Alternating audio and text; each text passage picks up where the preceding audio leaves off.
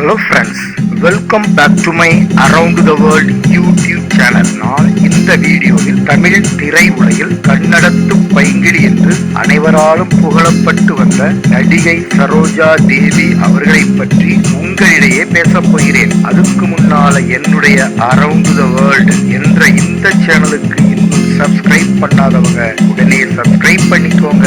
அதோட இதில் உள்ள பெல் பட்டனை மறக்காம அடித்தெடுங்க. நடிகை சரோஜா தேவி அவர்கள் 1938ஆம் ஆண்டு ஜனவரி 7ஆம் தேதி கர்நாடகா மாநிலத்தில் கிங்டம் ஆஃப் மைசூர் என்று அழைக்கப்பட்ட பெங்களூருவில் பிறந்தார். சரோஜா தேவி அவர்களின் அப்பா பைரப்பா காவல்துறையில் பணியாற்றியவர். தாயார் ருத்ரம்மா ஹோம் மேக்கராக இருந்து வந்தார். சரோஜா தேவி அவர்கள் அவருடைய பெற்றோர்களுக்கு 4வது மகளாக பிறந்தார். அவருடைய தாத்தா மாயண்ண கவுடா சரோஜா தேவி அவர்களை தத்து கொடுத்துவிட தயாராக இருந்தார். ஆனால் பைரப்பா அவர்கள் அதற்கு சம்மதிக்கவில்லை. சரோஜா தேவி அவர்கள் நடனம் கற்றுக்கொள்ள வேண்டும் என்றும் நடிப்பு கலையை தொழிலாக மேற்கொள்ள வேண்டும் என்றும் அவருடைய தந்தை அவரை கேட்டுக்கொண்டார். மேலும் அவர் தனது மகளை உற்சாகப்படுத்தும் பொருட்டு ஸ்டுடியோவுக்கு செல்லும் பொழுதெல்லாம் தனது மகளுடன் துணைக்கு செல்வார். அதே நேரத்தில் சரோஜா தேவியின் தாயார் ருத்ரம்மா சரோஜா தேவி அவர்களின் உடை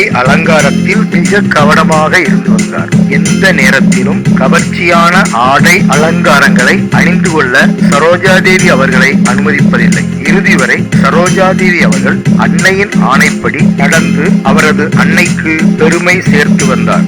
சரோஜா தேவி அவர்கள் அவரது 13வது வயதில் ஒரு நிகழ்ச்சியில் பாடியபோது B.R. கிருஷ்ணமூர்த்தி அவர்கள் சரோஜா தேவி அவர்களை முதல் முறையாக சினிமா துறைக்கு அழைத்தார். ஆனால் அப்போது சரோஜா தேவி அவர்கள் அதனை மறுத்துவிட்டார்.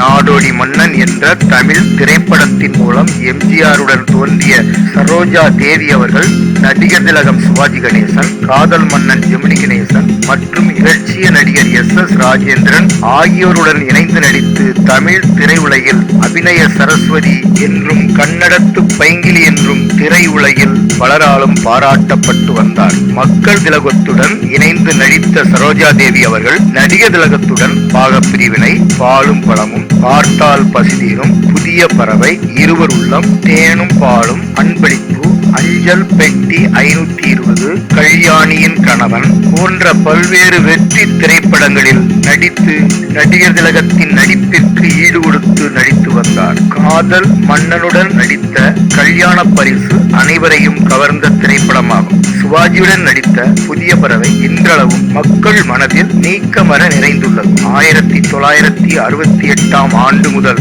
தமிழ் திரையுலகில் சரோஜா தேவி அவர்களுக்கு திரைப்பட வாய்ப்புகள் குறைய ஆரம்பிக்கவே அவர்கள் கன்னட திரைப்படங்களில் தொடர்ந்து நடித்து வந்தார். சரோஜா தேவி அவர்களின் திருமண வாழ்க்கையை பொறுத்தவரை கவுடா சமூகத்தை சேர்ந்த பாரத் எலக்ட்ரானிக்ஸ் இன்ஜினியராக பணியாற்றிய ஸ்ரீ கர்ஷா என்பவரை 1967ஆம் ஆண்டு மார்ச் 1ஆம் தேதி திருமணம் செய்து கொண்டார். நடிகை சரோஜா தேவி அவர்கள் தனது நடிப்பு கலையின் அடிப்படையில் பத்மஸ்ரீ மற்றும் பத்மபூஷன் போன்ற விருதுகளை பெற்றுள்ளார். இன்றும் திருமதி சரோஜா தேவி அவர்களின் புகழ் திரையுலகில் சிறந்து விளங்கி வருகிறது. நடிகர் திலகத்துடன் அவர் இணைந்து நடித்த திரைப்படங்கள் எப்பொழுதெல்லாம் மீண்டும் மீண்டும் பேசப்பட்டு வருகிறதோ அப்பொழுதெல்லாம் சரோஜா தேவி அவர்கள் பெருமையாக பேசப்பட்டு வருகிறார். திரை உலக ரசிகர்களை மகிழ்ச்சி கடலில் ஆழ்த்தி வந்த நடிகை சரோஜா தேவி அவர்களுக்கு நாம் மிகவும் நன்றி கடன் பட்டுள்ளோம். இந்த மாதிரியான திரைப்படங்கள் சம்பந்தமான செய்திகளை பற்றி தெரிந்து கொள்வதற்கு எனது அரவுண்ட் தி வேர்ல்ட் என்ற